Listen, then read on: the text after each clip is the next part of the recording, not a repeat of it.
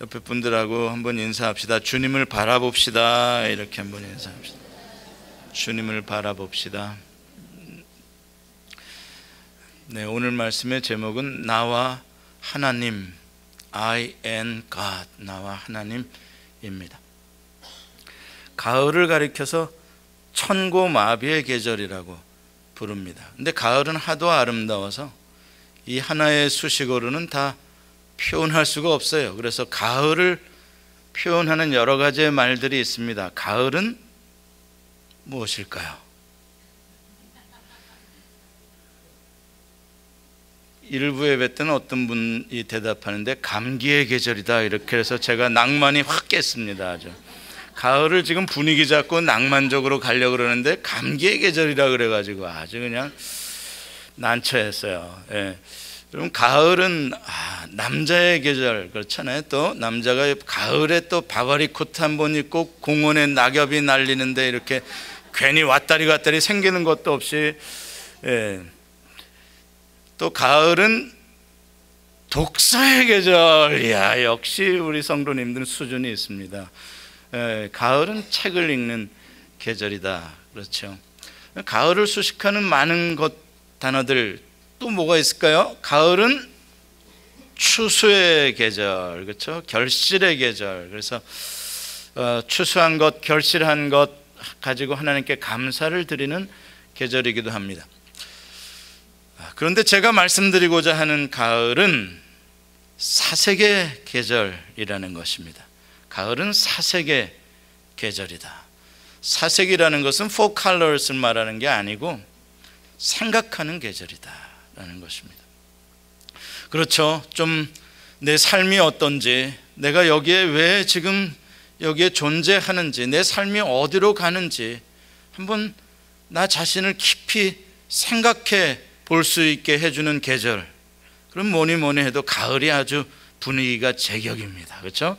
좀 쌀쌀한 바람도 불어야 되고요, 해도 빨리 좀 넘어가야 되고요, 낙엽도 우수수 떨어져야지 이 생각하는 분위기가 딱 잡히잖아요. 그렇죠?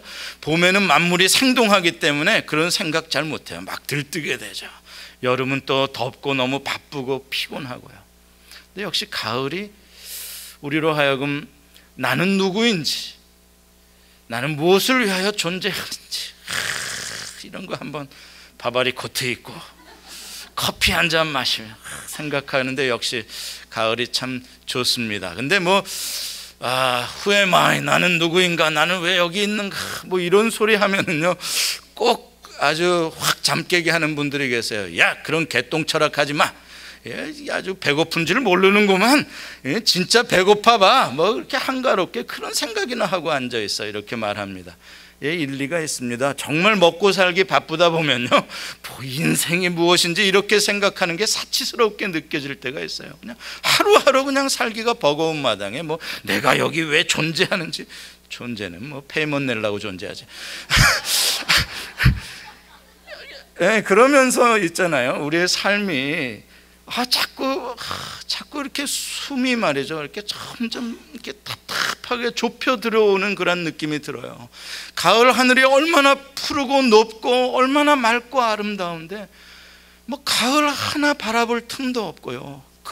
단풍이 그렇게 울긋불긋 아름답다 그러는데 저거 낙엽 치우려면 귀찮아 또 생각을 하고요. 참 안타깝습니다. 사랑하는 성도 여러분, 그렇게 살다 보면 우리의 마음이 얼마나 허전해지는지 몰라요. 참 쓸쓸해집니다.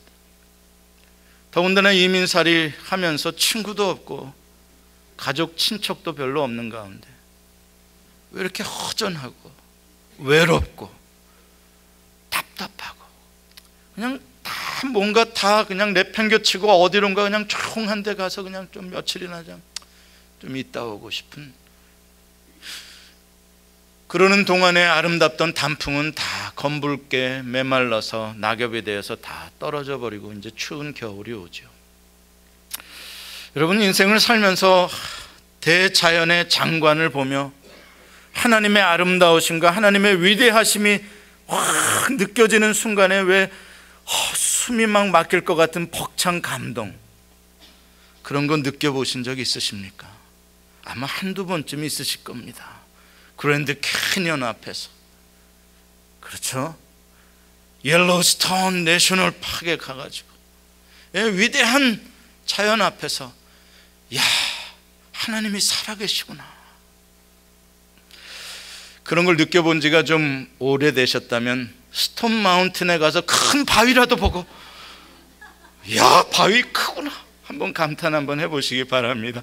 오늘 시편 8편은 우리를 그렇게 감동의 세계로, 경탄의 세계로 다윗이 우리를 초대하고 있는 그러한 시입니다. 정말 아름답죠. 위대하신 하나님을 찬양하고 있습니다. 다윗이 어떤 상황에서 언제 이러한 시를 썼을까요? 정말 배부르고 등 따숩고 만사 편한 상태에서 썼을까요? 오늘 이 시만 읽어보면 알 수가 없습니다. 언제 이 시를 썼는지. 그런데 이 시가 놓여져 있는 자리, 지금 8번째 놓여져 있는 시입니다. 그 앞에 3편부터 3, 4, 5, 6, 7 다 다윗의 시입니다. 그리고 8편이 나옵니다. 그러면 3편부터 7편까지를 보면 다윗이 어떠한 상황 속에서 이 시편 8편을 노래했는지 우리가 조금은 알 수가 있습니다. 3편 1절에 이렇게 말합니다. 여호와여, 나의 대적이 어찌 그리 많은지요, 일어나 나를 치는 자가 많으니이다. 나의 대적, 나를 치는 자. 5편 8절에는 또 이렇게 말합니다. 여호와여, 나의 원수들로 말미암아 주의 의로 나를 인도하시고 주의 길을 내 목전에 곧게 하소서. 원수들이 있습니다. 6편 6절에는 더 심합니다.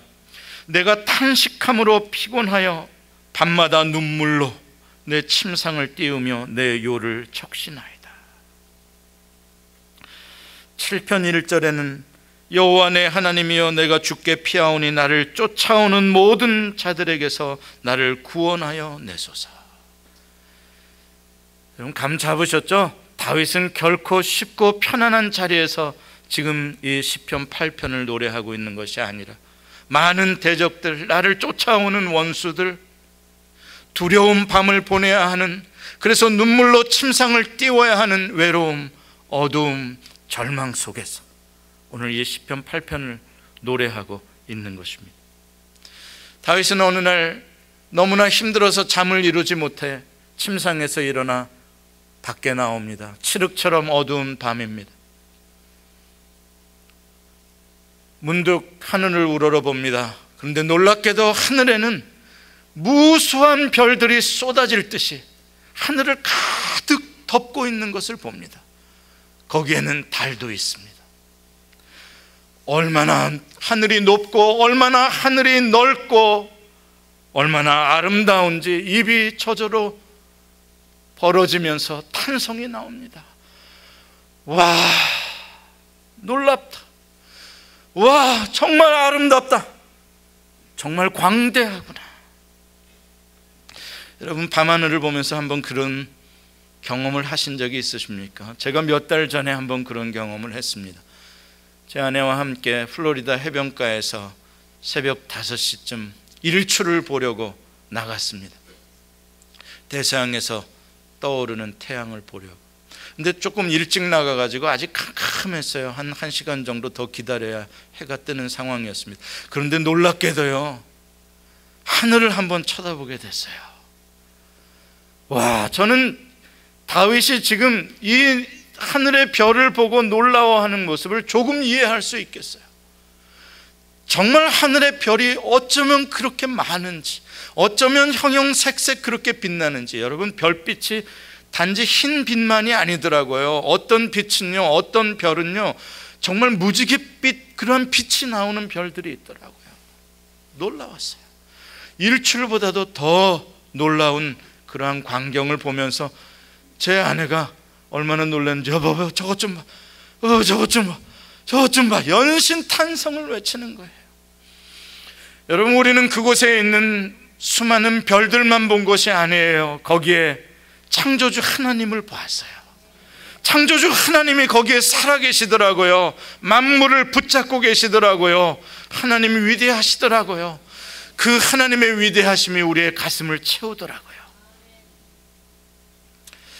이 시편 8편이 유명한 한 가지 이유가 또 있는데, 인류가 최초로 달나라에 남겨두고 온 성경 구절이 시편 8편이랍니다.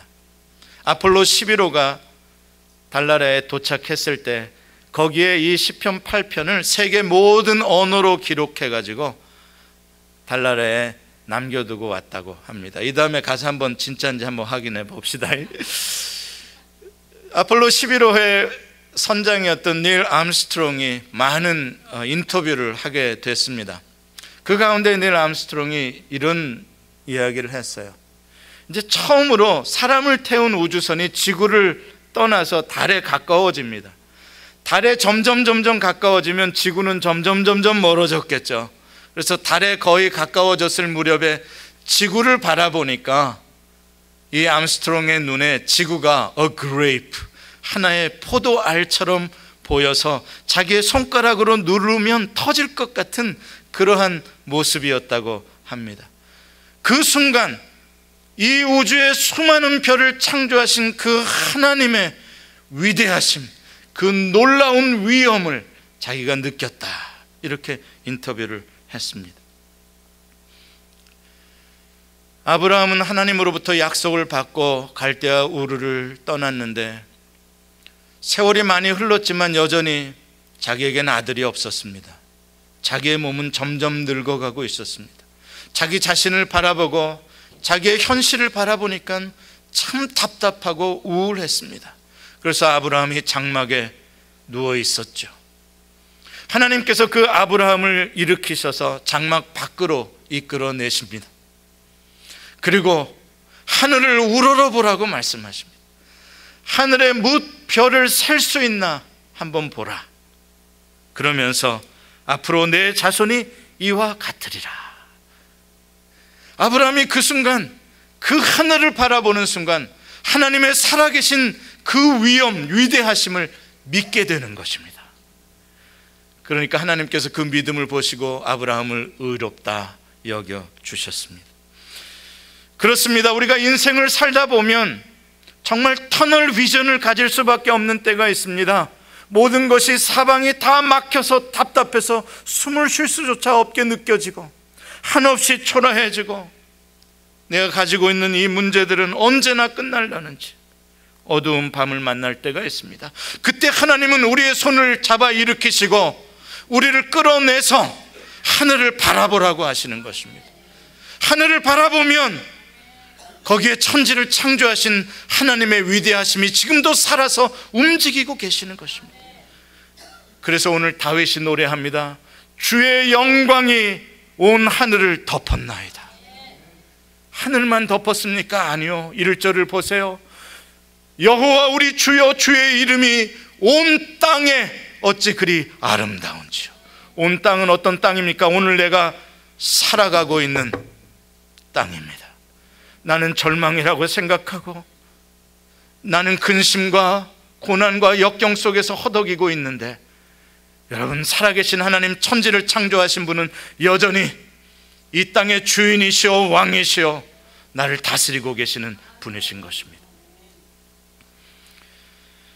그 하나님을 별과 달만 찬양하는 것이 아니라 오늘 본문 2절에 보면은 어린아이와 젖먹이 그 입에서도 하나님의 권능을 찬양한다고 말합니다.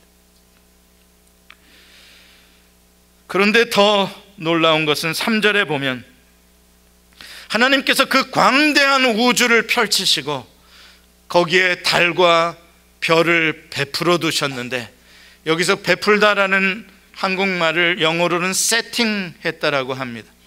하나님께서 마치 우주를 쫙 까만 천을 펼치신 다음에 거기에 달과 별을 세팅을 하셨는데, 이게 다윗이 지금 하나님께서 우주를 창조하신 장면을 상상하고 있는 모습입니다. 그런데 그 우주 가운데 달과 별을 세팅하시는데 무엇으로 그렇게 하시는가 봤더니 하나님의 손가락으로 하고 계시더라는 거예요. Your fingers, 당신의 손가락이 광대한 우주를 만드시고 당신의 손가락이 달과 별을 세팅하고 계십니다. 여러분 잘 보세요. 손가락이라고 다윗은 말하고 있어요. arm도 아니에요, 팔도 아니에요, hand, 손도 아니에요. Your fingers, 가장 작은 손가락. 사람들은 이 우주를 수억 광년이라고 하면서 인피니티, 무한이라고 말합니다. 그렇죠, 무한의 세계죠. 이 우주는 너무나 크지요. 그러나 하나님에게 있어서 그 우주는요, 하나님 손가락보다도 작은 거죠. 손으로도 만들 필요가 없어요. 손가락으로 우주를 만들었다고 말합니다. 다윗이 무엇을 말하려고 하는 것입니까? 우주가 아무것도 아니라고 말하려는 것이 아니라 하나님이 얼마나 위대한 분이신가, 하나님이 얼마나 위대하시면 이 광대한 우주조차도, 저 수없이 많은 별과 달조차도 하나님의 손가락으로 창조를 하시나. 하나님이 이렇게 크게 위대하게 보인 적이 있으십니까? 사랑하는 성도 여러분, 그러한 축복이 여러분에게 있기를 축원합니다. 하나님이 이렇게 위대하게 보일 때 다윗이 가지고 있는 문제들, 나를 쫓아오는 대적들, 원수들, 아무것도 아닌 것이죠. 그에 비해서 인간은 누구입니까? 그 무한대의 우주, 셀 수 없는 수많은 별들 가운데 과학자들이 말하기를 지극히 작은 것, 그 별이 지구라고 합니다. 그 지구 가운데에서도 나 하나의 존재라는 것은 정말 말 그대로 먼지와 같은 존재죠. 사실 인간은 먼지로, 흙으로 만들어진 존재입니다. 그래서 깨지기 쉽고 눈에 보이지도 않는 바이러스 하나 때문에 목숨을 잃을 수도 있고, 우리에게서 생명이 떠나가는 순간 우리는 곧 흙으로 다 변해버리는 연약한 존재입니다. 몸집은 작고 발톱 하나 손톱 하나 제대로 강한 것 없고, 맹수들처럼 송곳니 하나 제대로 없고, 코끼리나 사자처럼 강한 힘도 없습니다. 수십억의 인간들 가운데 나 한 사람, 이 지구의 한 모퉁이, 애틀란타의 한 구석에 살고 있는 것이나 아마존 밀림 속에 이름 없이 살아가는 한 인디오 사람이나 다 별 볼 일 없이 하찮은 존재일 뿐인 것입니다. 우주와 비교해도 그런데 하물며 이 우주를 손가락으로 지으신 그 위대하신 하나님 앞에서 내가 누굽니까? 미닝레스한 존재입니다. 아무것도 아닙니다. 그래서 사람들이 먼지만 또 못하다, 벌레만 또 못하다라고 한 말이 이해가 됩니다. 영어로 인간을 휴먼이라고 하죠. 학명으로는 호모라고 합니다. 이 휴먼은 라틴어 휴무스에서 나온 단어입니다. 라틴어 휴무스는 흙이라는 뜻입니다. earth. 그런데 재밌는 것은 이 휴무스라는 라틴어에서 humble이라는 영어 단어가 나옵니다. humble, 겸손한입니다. 무엇을 뜻할까요?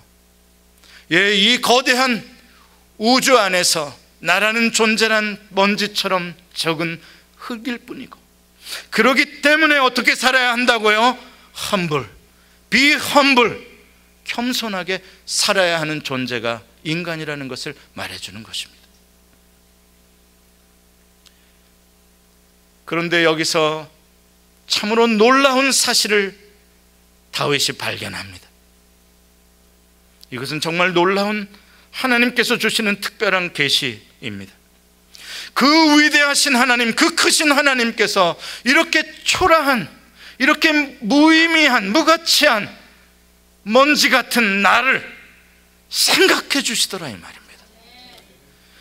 한국말 번역에서 생각이라는 것은 조금 약해요. 영어로는 조금 더 잘 번역이 되어 있어요. mindful이에요. mindful. mindful이 뭐예요? 하나님의 마인드가 나에게 풀한 상태예요.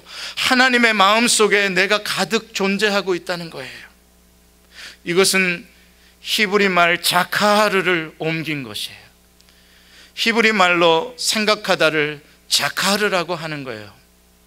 근데 이것은 단순한 생각하는 것이 아니라 이러한 의미예요. 내가 정말 보배롭게 생각하는 것에다가 마크를 해놓고 표시를 해놓고 계속해서 그것을 기억하고 있는 거예요. 계속해서 그것을 잊지 않고 있는 거예요. 아예 내 마음을 내가 존귀하게 보배롭게 생각하는 것에다 내 마음을 고정시켜 놓고 있는 것, 그리고 그것을 사랑의 눈으로, 존귀한 눈으로 바라보고 있는 것, 그것을 자카르라고 하는 거예요. 하나님이 나를 자카르 하신다고 다윗은 찬양하고 있는 거예요.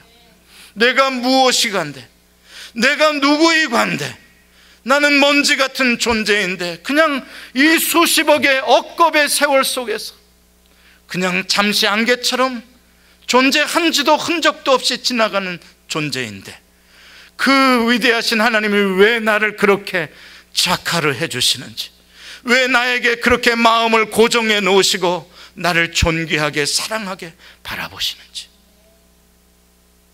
내가 누구길래, 나는 그저 오늘 한 끼 먹고 살기에 급급해서 나를 사랑하시는 하나님도 잊어버리고 어느 때는 하나님의 음성도 거역하고 내 생각대로 그렇게 살아가고 있는데, 하나님은 나를 지금도 생각해주고 계시다네.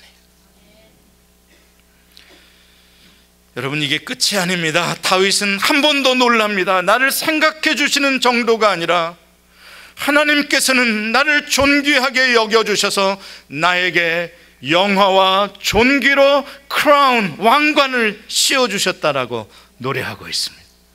나같이 이렇게 하찮은 민물에게 하나님의 왕관을, 존귀와 영화로운 왕관을 나에게 씌워주셨다는 것입니다. 왜요? 하나님의 손으로 만드신 만물을 다스리라고, 저들을 돌보라고, 내 발 아래 만물을 복종하게 하신 것입니다. 할렐루야. 여러분은 그런 존재입니다. 놀랍지 않으십니까? 한 끼 먹고 살기 위해서, 하루하루 살기 위해서 버벅대는 존재가 아니라 우리는 하나님 창조주의 왕관을 쓰고 만물을 다스리는 존재로, 그러한 스테이터스, 그러한 포지션으로 하나님께서 우리를 창조하신 것입니다. 창세기 1장 27절은 하나님이 우리를 형상으로 지으셨다라고 말씀합니다. 왜요? 우리를 통해서 하나님의 글로리, 하나님의 영광이 드러날 때 만물이 통치되어지기 때문에 우리를 그러한 존재로, 형상으로 지으신 것입니다. 예, 그래서 우리는 두 가지의 양면성이 있습니다. 우리는 흙으로 지음받았기 때문에 연약한 존재요, 우리는 하찮은 존재입니다. 의미 없는 존재입니다. 그러기에 우리는 겸손해야 합니다. 그러나 우리의 마음과 우리의 영은 하나님의 형상으로 창조되었고 하나님의 숨결로 채워진 존재이기에 우리는 온 우주보다도 하나님 앞에서 존귀한 자들인 것입니다. 왜 하나님이 우리를 이렇게 창조하셨습니까? 왜 우리를 이렇게 축복하셨습니까? 여러분을 사랑하시기 때문에 그렇습니다. 하나님께서 우리에게 주신 이 놀라운 지위와 이 엄청난 사랑과 이 은혜, 찬송가 가사를 기록한 사람처럼 나에게 thousand mouth, thousand 립이 있어도, 수많은 입이 있어도 그 입으로 다 찬양할 수 없고 그 입으로 다 감사할 수 없는 은혜인 것입니다. 그런데 로마서 1장 20절은 이렇게 말씀합니다. 하나님을 알되 하나님을 영화롭게도 아니하며 감사하지도 아니하고 오히려 그 생각이 허망하여지며 미련한 마음이 어두워졌나니. 이게 바로 타락한 인간의 모습입니다. 왜 인간이 타락하게 되었는가? 그 하나님, 나를 그렇게 존귀하게 사랑하시고 나를 자카르 하시는 그 하나님을 영화롭게도 하지 아니하고 감사하지도 아니하고 불평하고 원망하고 내가 왕이 되어서 내 인생 내 마음대로 살려는 허망한 생각을 가질 때 그 모든 것을 다 잃어버리고 만 것입니다. 그리고 허무하게 이 존귀한 인간이 만물을 섬기고 만물 앞에 오히려 인간이 복종해 있는 이러한 모습을 보이고 있는 것입니다. 사람의 위치는 하나님 바로 아래에 있습니다. 하나님 바로 아래에 있습니다. 하나님께서 우리를 하나님보다 조금 낮은 존재로 창조하셨습니다. 여러분, 이것은요 다윗이 발견한 놀라운 계시입니다. 인간은 누구인가? 먼지가 아니다. 인간은 흙이 아니다. 미닝리스한 존재가 아니다. 인간은 하나님과 비교될 만한 그러한 가치 있는 존재다. 하나님보다 조금 낮게. 우리보다 더 낮은 것들은 뭐예요? 천사도 우리보다 낮은 것이요, 마귀도 우리보다 낮은 것이요, 사자, 호랑이, 코끼리, 이 세상 만물 온 우주보다 우리보다 낮은 것입니다. 우리가 하나님과 버금가는 존재인 것이요. 그러나 분명히 우리의 위치는 하나님 아래에 있는 것입니다. 하나님의 그 권위를 위임받은 존재인 것입니다. 그런데 인간은 그 위치를 잃어버리고 만 것입니다. 왜? 첫 번째 아담이라는 말은 흙이라는 뜻입니다. 휴무스, 히브리 말로 아다마 같은 말입니다. 이 첫 번째 흙으로 만들어진 이 인간이 교만했습니다. 하나님을 영화롭게도 감사하지도 아니했습니다. 오히려 불평하며 자기가 하나님의 위치에 올라가려고 했습니다. 자기의 포지션을 잃어버리고 말았습니다. 망각했어요. 그때 하나님이 주신 이 모든 권세는 다 잃어버리게 되고 마귀 아래 굴복하는 존재, 오히려 물질 아래 굴복하는 인간이 되고 마는 것입니다. 지난 5월 달에 참 우리를 참 기분 나쁘게 만든 그러한 사건이 있었습니다. 전 세계적으로 참 부끄러운 그러한 사건이었습니다. 박근혜 대통령이 처음으로 국빈으로 이제 미국을 방문해서 워싱턴에서 오바마 대통령과 정상회담도 잘하고 상원에서 연설을 하는데 상원 의원들이 막 계속 기립박수를 하며 정말 한국이 6.25 전쟁 폐허 가운데 이렇게 멋지게 부강한 나라가 된 것에 대해서 참 많은 박수를 받았습니다. 그 좋은 외교 성과를 한 방에 날려버린 인물이 있었으니 다름이 아니라 대통령이 신뢰했던 대통령의 대변인, 청와대 대변인 윤창중이라는 사람이었습니다. 한 방에 날려버렸습니다. 그 사람이 말이죠, 자기 딸보다도 더 어린 이제 대학교 1, 2학년 인턴하는 그 아이를 성추행을, 한 나라의 대변인이 한 나라의 대통령을 수행해서 와가지고 그 엄청난 외교 일을 하면서 이 소식이 매스컴을 타고 전 세계의 탑 뉴스로 전파가 되는데 부끄러워서 대한민국 사람이라는 게, 이 사람의 문제가 어디에 있었습니까? 자기의 포지션이 뭔지를 잃어버렸습니다. 자기가 왜 지금 미국에 와 있는지, 왜 워싱턴 DC에 와 있는지 자기의 포지션을 망각했어요. 왜 망각했습니까? 이 사람이 어느 날 권력을 잡게 됐거든요. 청와대의 대변인이요, 하늘을 나른 새를 떨어뜨리는 권세죠. 대한민국에서 무서울 게 뭐가 있겠습니까? 그러니까 자기의 포지션을 잃어버렸어요. 자기가 말하면 뭐든지 다 되는 줄 알아요. 모든 사람이 자기의 말에 껍벅 죽는 줄 알아요.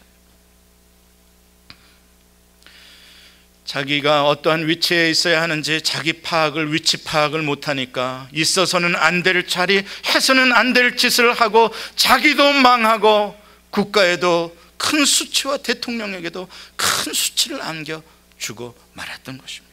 여러분, 이게 바로 인간의 모습 아닙니까? 하나님의 영광을 가리고 하나님의 나라를 수치스럽게 하는, 내 위치를 망각하고 만물 아래 만물을 복종하고 돈이 있으면 웃고 돈이 없으면 울고, 나에게 씌워준 하나님의 대행자로서의 크라운은 어디 갔는지, 아니면 내가 교만해져서 하나님의 자리에서 내 마음대로, 내 감정대로, 내 생각대로 타락한 인간의 모습이 이와 같습니다. 그럼에도 불구하고 우리에게는 소망이 있습니다. 그럼에도 불구하고 우리에게는 복음이 있어요. 하나님이 여전히 우리를 자카하르, 하나님이 이렇게 못난, 이렇게 반항적인, 이렇게 고집센 우리들을 여전히 사랑해 주신다는 것입니다. 그래서 제2의 아담으로 연약한 육신을 입고 독생자 예수 그리스도를 보내주셨습니다. 여러분, 예수 그리스도는 철저하게 자기가 있어야 할 포지션을 지키셨습니다. 제2의 아담으로서, 참 인간으로서 끝까지 왕이신 하나님의 말씀에 순종하며 땀 흘려 기도하되 땀방울이 핏방울이 될 때까지 자기의 포지션을 지키기 위해서 예수님이 그렇게 십자가를 지셨습니다. 참 인간의 위치를 다시 회복시켜 주신 것입니다. 이제 우리는 만물 아래 굴복하는, 죽음 아래 굴복하는, 마귀에게 굴복하는 존재가 아니라 사망을 이기고 마귀를 이기고 만물을 다시 다스리고 정복할 수 있는 하나님의 대행자의 위치를 예수 그리스도께서 회복해 주신 것입니다.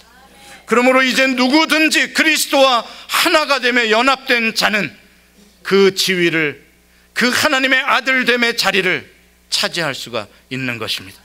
에베소서 2장 5절로 6절은 이렇게 말씀합니다. 같이 읽어보겠습니다. 시작.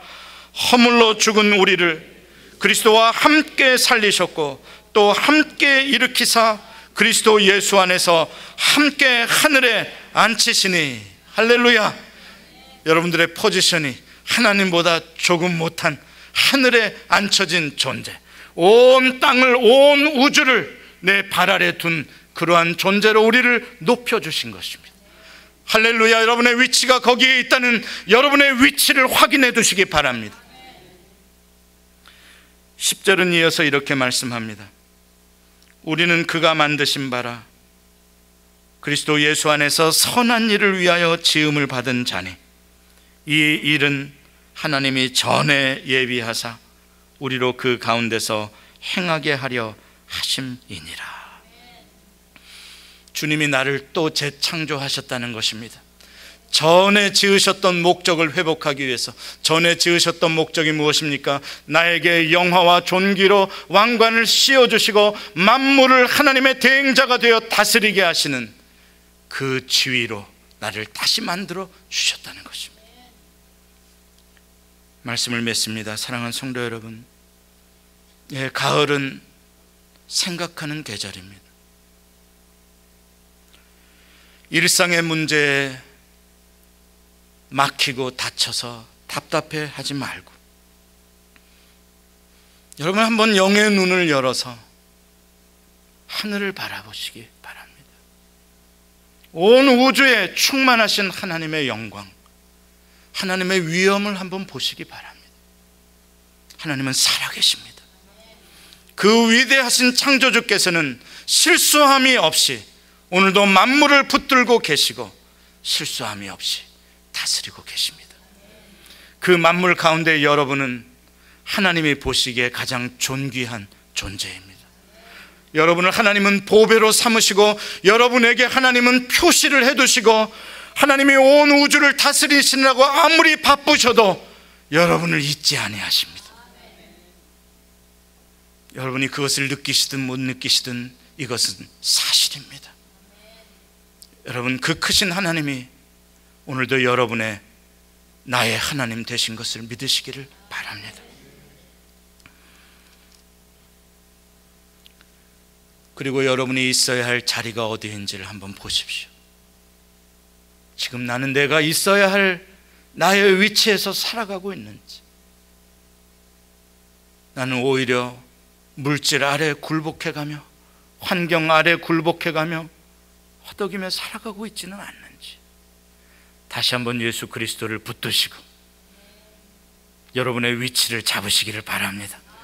하나님의 대행자로서의 위치, 거룩한 왕관을 쓰고 만물을 다스리시는 그러한 위치, 여러분이 그 포지션을 다시 회복하는 순간에 여러분의 인생의 문제들은 놀랍게도 기적적으로 풀려지게 될 것입니다.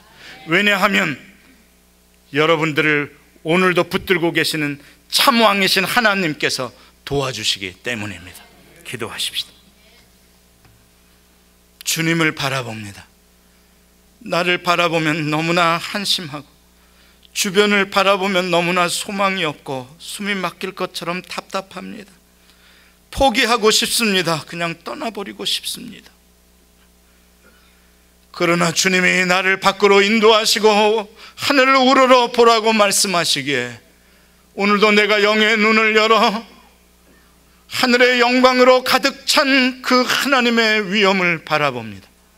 그 하나님이 나를 작화를 해주시고 나에게 하나님의 마음을 세팅해 두시고 나를 생각해 주신다니 하나님 감사합니다. 다시 일어서기를 원합니다. 다시 제가 있어야 할 자리에 들어가기를 원합니다. 주 성령님, 우리를 붙잡아 주시옵소서.